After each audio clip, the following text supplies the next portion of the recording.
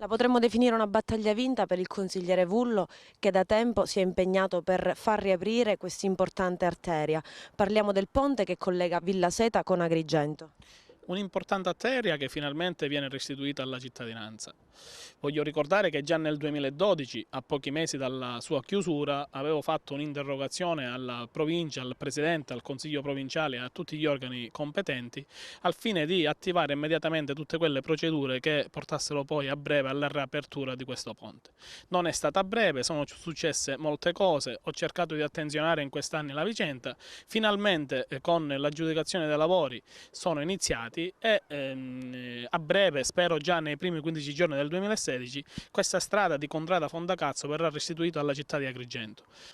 È una soddisfazione personale perché finalmente, come dire, grazie all'impegno mio, ma voglio ricordare dell'allora assessore Masone che nel 2012 presentò un emendamento importante al bilancio di quell'anno. A proposito di Villa Seta e Monserrato, c'è una battaglia importante che lei porta avanti da tempo, ovvero quella del finanziamento di 6 milioni di euro, poi diventati 4, finanziamento andato quasi perso, potremmo dire. C'è stato un ricorso da parte del Comune di Agrigento, la situazione a che punto è?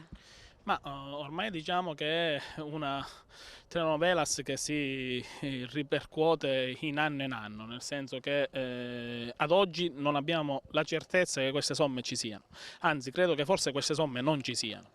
Noi come Comune di Agrigento con l'allora sindaco Zambuto avevamo presentato un ricorso al TAR perché l'assessorato regionale aveva ritirato le somme.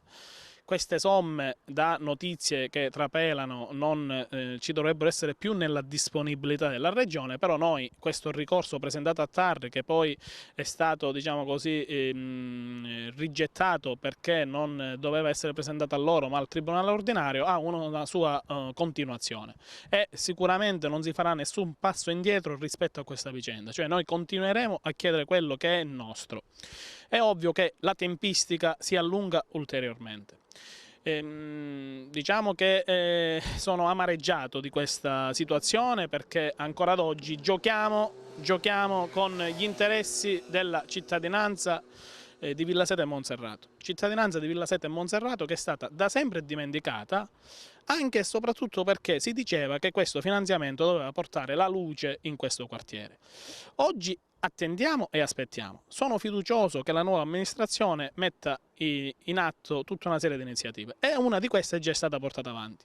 Così come ha già annunciato il sindaco Calogero Firetto, il Comune di Agrigento ha partecipato ad un importante progetto di riqualificazione per quanto riguarda le periferie degradate, progetto già presentato in fase esecutiva, e che riguarda esclusivamente Villa Seta. Quindi questo credo che sia un importante segnale da parte dell'amministrazione a cui va il mio ringraziamento. Ma non basta solo questo, bisogna far sì che questo finanziamento dei 6 milioni di euro, poi diventati 4, che siano 3, non lo so, ma comunque che ritorni nuovamente nella disponibilità del Comune e che si restituisca dignità ai quartieri di Villa Seta e Monserrato perché lo meritano.